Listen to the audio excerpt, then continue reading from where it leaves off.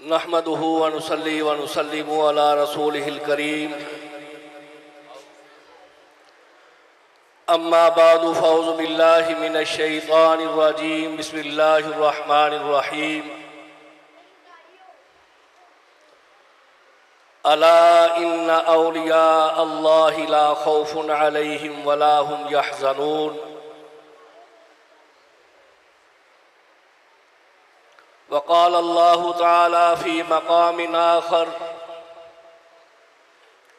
बिस्मिल्लाहिर रहमानिर रहीम। वस्समाइ ज़ातिल बुरूज वल यौमिल मौऊद व शाहिदिन व मशहूद क़ुतिला अस्हाबुल उख़दूद। सदक़ल्लाहु मौलानाल अज़ीम व सदक़ रसूलुहुन नबियुल करीम।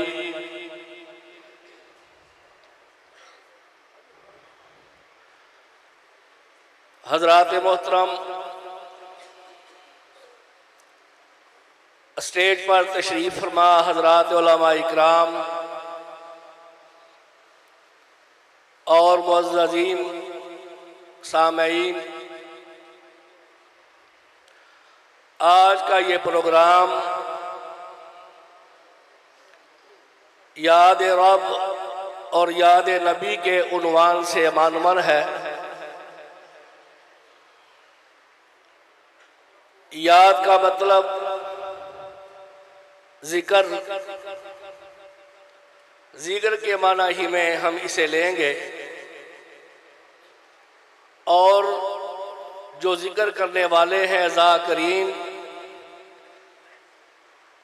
ये औलिया के औसाफ में से है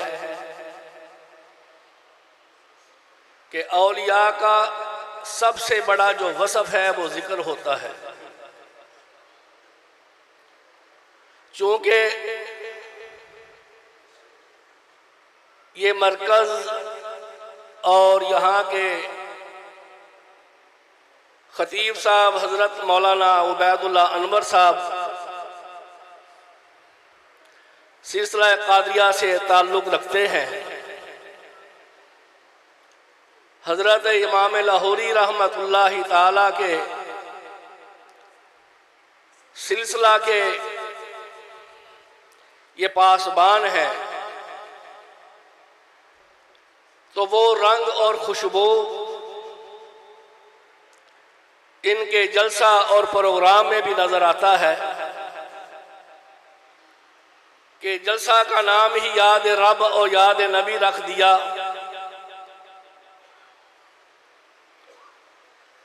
मैं आपके सामने ज्यादा देर गुफ्तगू करने का इरादा नहीं रखता,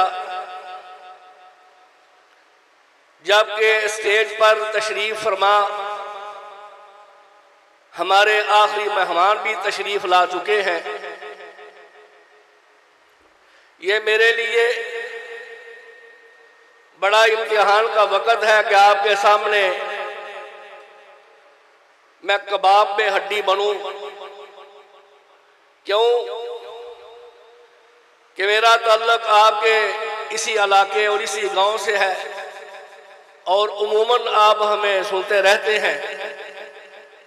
मौलाना उबैदुल्लाह साहब का मोहब्बत और उनका हुस्न ज़न और हौसला अफजाई है कि उन्होंने मुझे उलमा में से इंतखाब करके हुक्म किया, आपके सामने मैं खड़ा हो गया। तो बहरहाल मेरी कोशिश होगी कि थोड़े वक्त में ज्यादा से ज्यादा बात कर सकूं। हजरात मोहतरम, मौलाना ने जो मुझे मौजू दिया था वो फरमा रहे थे कि आपने औलिया इकराम की करामात पर बात करनी है। तो मैं कोशिश करूंगा कि थोड़े वक्त में बात ज्यादा हो जाए। इब्तदा ही में अहले सुन्नत वल जमात उलमाए देवबंद का मैं अकीदा और नजरिया वाज़े करता चलूं। हमारा ये अकीदा है, हजरात अंबिया अलैहिमुस्सलातु वस्सलाम के मोजज़ात और हजरात औलिया इज़ाम के करामात बरहक हैं। मोजज़ा नबुव्वत की दलील हुआ करता है और करामत वली की ताईद हुआ करता है। करामत को दलील नहीं कहेंगे, ताईद कहेंगे। उसकी वजह कि करामत या मोजज़ा इसका ज़ुहूर उमूमन खर्के आदात के तौर पर हुआ करता है कि एक वो काम जो कोई आम इंसान आदतन नहीं कर सकता, तो वो नबी या वली के हाथ से ज़ुहूर में आता है। जैसा कि आदतन उंगलियों से पानी नहीं निकलता,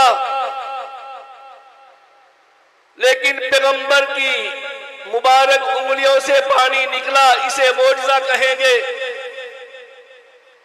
या इसी तरह आदतन ऐसा होता है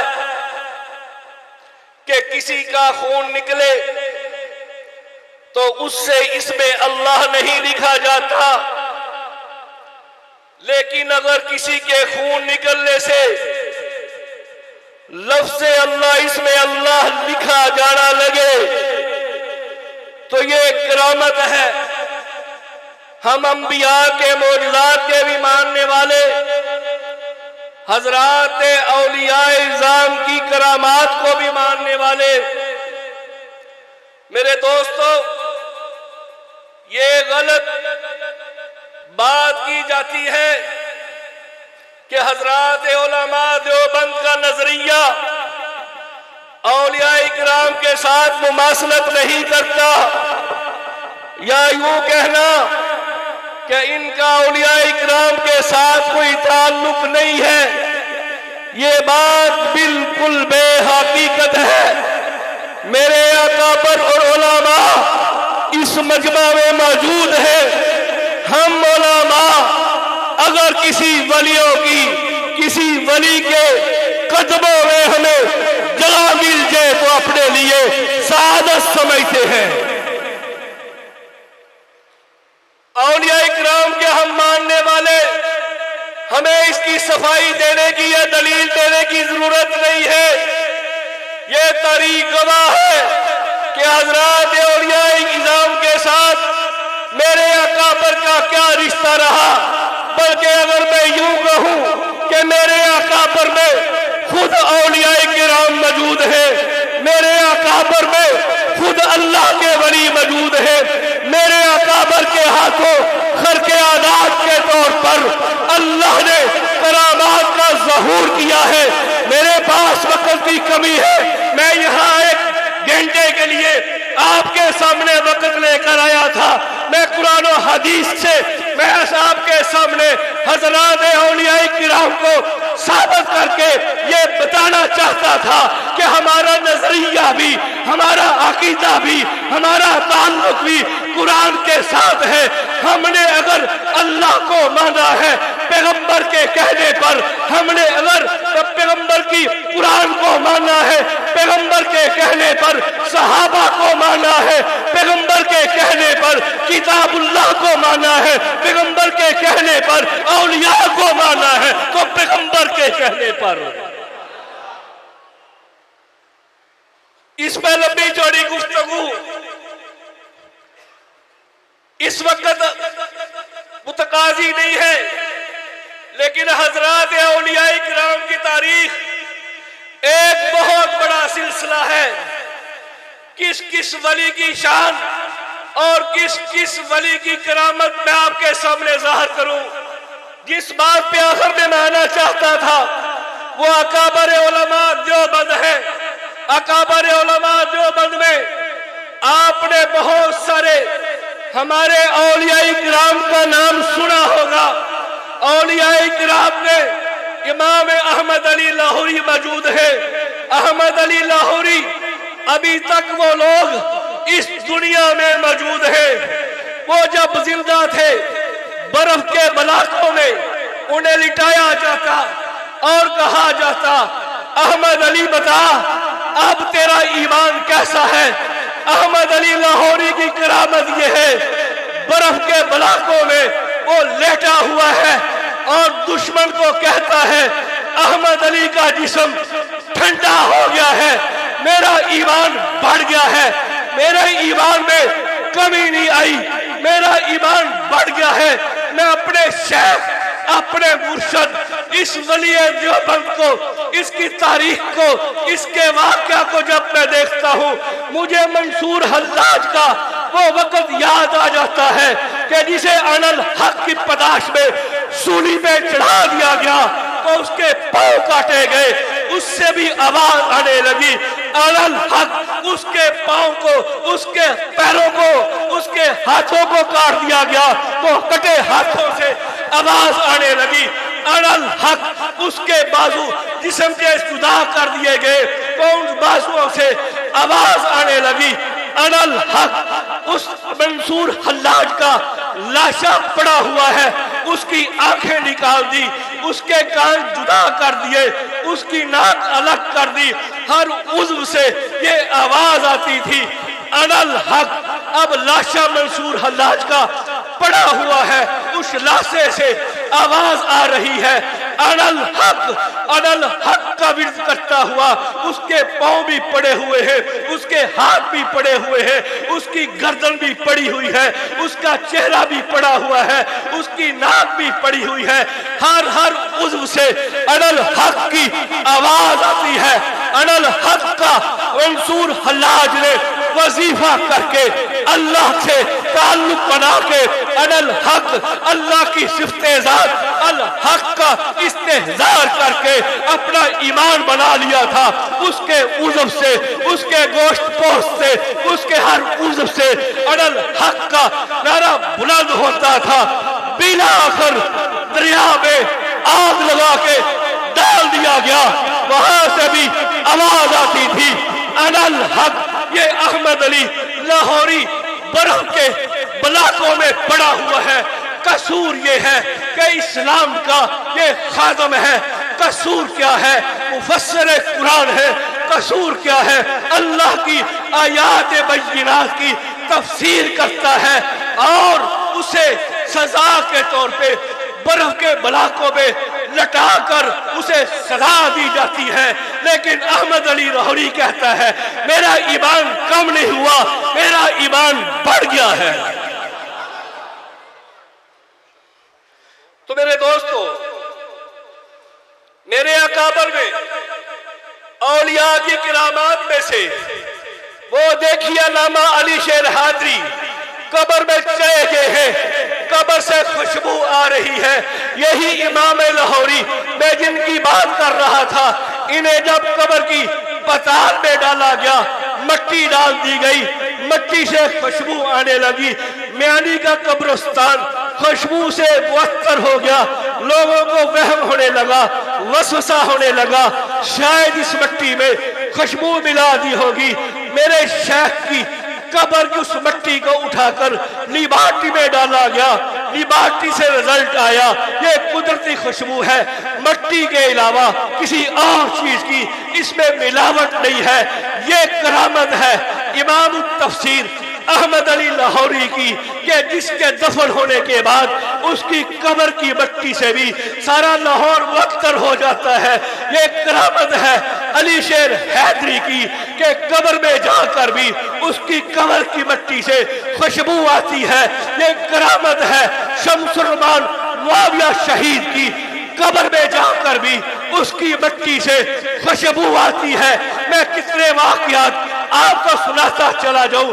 आपके इस मर्रे सकील में जब एक आलमी बीमारी आई, मेरे अकाबर में से अल्लामा अशरफ अली थानवी ने नशरुत तीब को लिखा, करामत यह है, नशरुत्तीब के लिखने के बाद अल्लाह ने बर्रे सगीर से बीमारी का खात्मा कर दिया था। तो मेरे दोस्तों, हमें फख्र है, हम अल्लाह के भी मानने वाले हैं, पैगंबरों के भी मानने वाले हैं, मलाइका के भी मानने वाले हैं, किताबों के भी मानने वाले हैं, सहाबा के भी मानने वाले हैं और औलिया के मानने वाले हैं। तो मेरे अजीज दोस्तों, वली अगर कोई ये चाहे कि मैं खुद ब खुद बन जाऊं, अगरचे इसमें उसकी इबादत और रियाज़त का ताल्लुक होता है, लेकिन अल्लाह यज्तबी इलैहि मन यशा, जो अल्लाह की तरफ रजू करता है, अल्लाह उसे अपने तरफ आने की तौफीक देते हैं, यूं अल्लाह उसे अपना वली बना लेते हैं। मैं तो यहां एक बात कहूंगा, ये गुफ्तगू बराए रास्त हमारी माएं और बहनें सुन रही हैं। इस मौका पर एक बात कहूंगा कि औलिया, उलामा, हुफाज, कुर्रा, नमाजी, जाहिद, मुत्तकी, परहेजगार, वरा सदक के मानने वाले अल्लाह के महबूब, मेरी माओ और बहनों, ये आपकी गोद से जन्म लेते हैं। जिसकी गोद जितनी मुत्ताहर होगी, जिसकी माँ जितनी पकीज़ा होगी, जो बहन जितनी पकीज़ा होगी, जो माँ जितनी ताहिरा होगी, जितनी पाक होगी, इस तरह उसकी गोद में अल्लाह के वली पैदा होते हैं।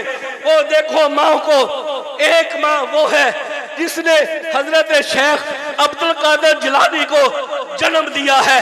तो मुझे कहने दीजिए, माँ नेक हो तो अब्दुल कादिर जिलानी पैदा होता है, माँ नेक हो तो बच्चा जुनैद बगदादी पैदा होता है, माँ नेक हो तो बच्चा सहल तस्ती पैदा होता है, माँ नेक हो तो बच्ची राबिया बसिया पैदा होती है, माँ नेक हो तो अब्दुल कादिर जिलानी पैदा होता है, माँ नेक हो तो अली हजवेरी अल मारूफ दादागंज बख्श पैदा होते हैं, माँ नेक हो सुल्तान बाहू पैदा होते हैं, माँ नेक हो मोइनुद्दीन चिश्ती अजमेरी पैदा होते हैं, माँ नेक हो तो इमाम इनकिलाब इमाम लाहौरी पैदा होते हैं, माँ नेक हो तो जनाब कासम ननौतवी पैदा होते हैं, माँ नेक हो तो रशीद अहमद गंगोही पैदा होते हैं, माँ नेक हो तो अल्लाह आजम तारक जैसा वली पैदा करता है, माँ नेक हो तो ज़ियाउर रहमान फारूकी पैदा होता है, माँ नेक हो तो माए आजम तारक जन्म देती है, माँ नेक हो तो अल्लाह के मुजाहिद पैदा होते हैं, अल्लाह की ज़रबे लगाने वाले पैदा होते हैं। माओ, अपनी गोदों को सहले कर लो, अपने आप को मुत्ताहर कर लो, अपने आप को पाक कर लो, तुम्हारी गोद से वली भी पैदा होंगे, उलमा भी पैदा होंगे।